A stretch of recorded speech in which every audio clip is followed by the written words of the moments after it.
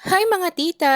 Heto na naman ang inyong Tita Mina nagbabalik. For today's video, gagawa tayo ng aking veggie balls. Bali, ang gagamitin natin dyan is isang carrots, isang stalk lang ng celery, tapos isang medium size na repolyo.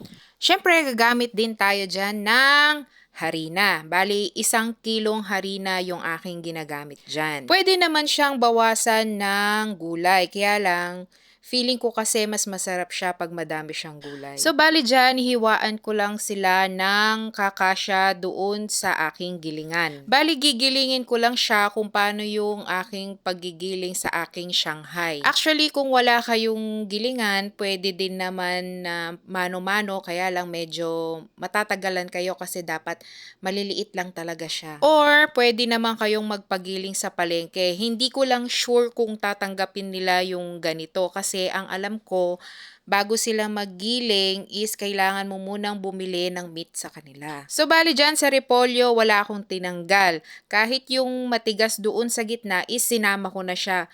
Kasi magigiling naman siya sayang naman. Bale, sa paggiling pala is choice nyo na yon kung gusto nyo nang meron kayong nakakagat kahit papano sa gulay natin or gusto nyo na mas giling na giling talaga siya, is choice nyo na yon. Bali ako, ganito lang yung aking ginagawa. Ganyan lang siya kapino. So, isasalin ko lang siya sa isang bowl.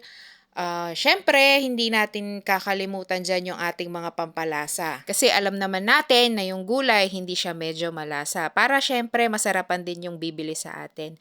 So, dyan, maglalagay lang ako ng, since 1 kilo yung aking harina, maglalagay ako ng 2 magic sarap. Again, choice nyo din po yung ilalagay nyong seasoning. So, naglalagay din po ako ng asin dyan para syempre magkaroon din ng lasa. Bago ko nga pala ilagay yung aking harina is imimix ko muna yung mga nilagay kong pampalasa at saka yung mga gulay.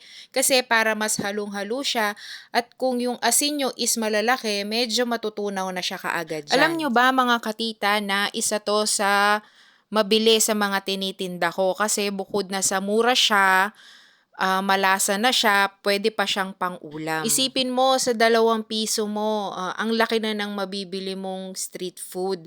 Mabubusog ka na sa halagang 10 piso. Yan siya ang unang-unang nauubos sa akin. Minsan yung 1 kilo kong harina is nagkukulang pa.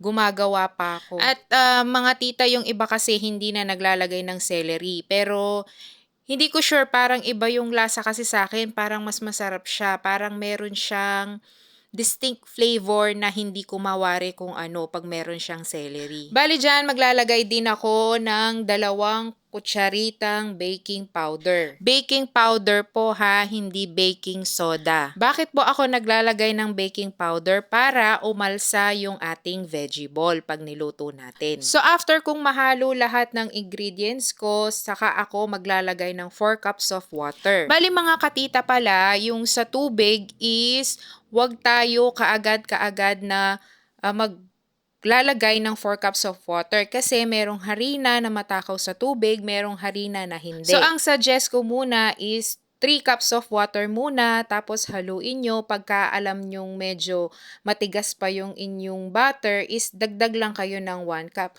Basta, kung yung harina na nabili nyo is matakaw sa tubig, dagdag lang kayo ng dagdag ng tubig. Pero, paunti-unti lang po ha. So, bali ganito po ang consistency na hinahanap natin. Hindi siya matigas, hindi siya sobrang lambot na parang pang pancake. Yung tamang-tama lang po na ma-mold natin siya sa kutsara. Kasi pagka sobrang tigas naman niya, pagka niluto nyo siya is para naman siyang bato. Pero pagka sobrang labnaw naman yung butter natin, pag niluto nyo siya is sumisip-sip po siya ng taba. Pero pagka ganito po yung consistency ng ating butter is tamang-tama lang po siya pagka pinrito natin siya. Bale, ganyan po ang kinalabasan ng ating butter. Di ba po mga tita, napakadaling gumawa ng veggie balls? So mga tita, ito na po ang ating finished product. Maraming salamat po sa inyong panonood. Bye!